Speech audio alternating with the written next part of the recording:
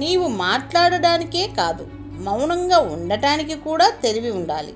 జీవితంలో కొన్ని సమస్యలు తెలివిగా మాట్లాడితే పరిష్కారం అవుతాయి, ఇంకొన్ని మౌనంగా ఉంటేనే పరిష్కారం అవుతాయి. మనలో విషబీజాలు నాటిన వాళ్ళు బాగానే ఉంటారు. అవి విన్న మనం ఆనందాన్ని, దానితో పాటు మన కుటుంబ ఆనందాన్ని కూడా కోల్పోతాము. నీ బాధల నుండి నువ్వు ఎలా బయటపడాలో ఆలోచించు, కానీ వాటిని ఇతరులకు చెప్పటానికి కాదు. ఎందుకంటే ఒకరి బాధలు వేరే వాళ్ళు తీర్చరు. పైకి ఎవరైనా బాగానే మాట్లాడతారు, అసలు కథ లోపల ఉంటుంది. మనం కోరినప్పుడు పౌర్ణమి రాదు, మనం ఇష్టపడినప్పుడు వసంతము రాదు, ఆశతో చూడాలనుకున్నప్పుడు ఇంద్రధనస్సు రాదు.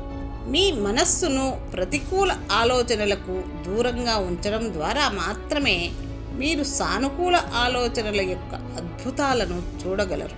నీకు విలువ ఇచ్చే వారితో వినయంగా మాట్లాడు, విమర్శించే వారితో నువ్వు ఏమీ మాట్లాడవు. నీ విజయమే సమాధానం చెబుతుంది.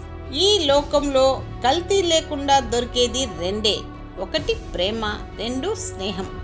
నవ్వుతూ నవ్విస్తూ బ్రతుకు, కానీ నవ్వుల పాలు చేస్తూ బ్రతకకు. ఎన్ని చేతులు మారినా విలువ కోల్పోని డబ్బు మనిషి మనస్తత్వంలో మనిషి విలువను మార్చేస్తుంది. భయం అనేది ఊరకుక్క లాంటిది. పరిగెడితే వెంట పడుతుంది, నిలబడితే తడబడుతుంది. మనం ఎవరి జీవితంలోనూ సంతోషాన్ని నింపకపోయినా పర్వాలేదు, కానీ ఎవరి కన్నీటికి కారణం కాకూడదు. కాలం ఎప్పుడూ ఒకేలా ఉండదు. అవమానాలకు వడ్డీతో సహా తిరిగి ఇచ్చే ఒక రోజు వస్తుంది, గుర్తుపెట్టుకోండి.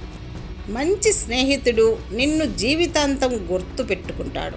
ఎందుకంటే స్నేహం విలువ తెలిసిన వాడే మంచి స్నేహితుడు అవుతాడు.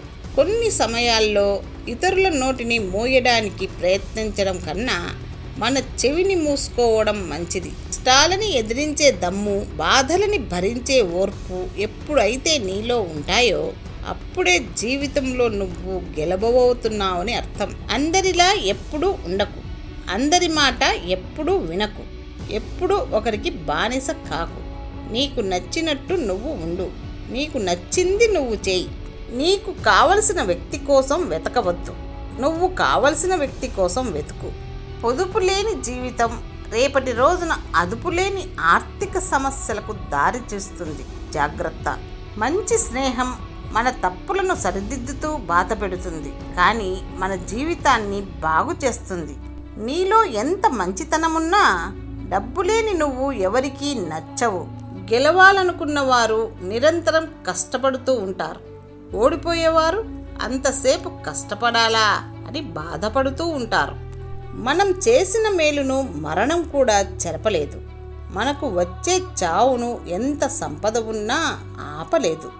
మన చుట్టూ ఉన్న వాళ్ళకి మనం సంతోషంగా ఉన్నామా, బాధలో ఉన్నామా అన్నది అవసరం లేదు. మనం వాళ్ళని ఎంతగా సంతోషపెడుతున్నాం అన్నది మాత్రమే కావాలి. తుఫాన్ను తట్టుకొని నిలిచినవే బలమైన చెట్లు. అలాగే జీవితంలో కష్టాలను ఎదుర్కొని నిలిచిన వారే తిరుగులేని వారు. ఒక మగాడు 100 అబద్ధాలు ఆడి పెళ్లి చేసుకున్నా లోకం పెద్దగా పట్టించుకోదు. అదే ఒక ఆడది ఒక అబద్ధం ఆడినా లోకమే కాదు కదా, కట్టుకున్న భర్త భరించలేడు.